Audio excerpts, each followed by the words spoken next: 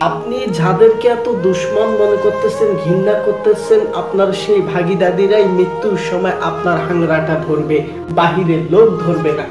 মৃত্যুর সময় তোমার প্রতিবেশী, আত্মীয় স্বজন, তোমার ভাগি দাদিরাই তোমার হাংরাটা ধরবে, বাহিরের লোক ধরবে না। আজকে আমরা প্রতিবেশীর হক আদায় করতেছি না, আত্মীয় স্বজনদের হক আদায় করতেছি না, আজকে আমরা ভাগি দাদির হকটা আদায় করতেছি না।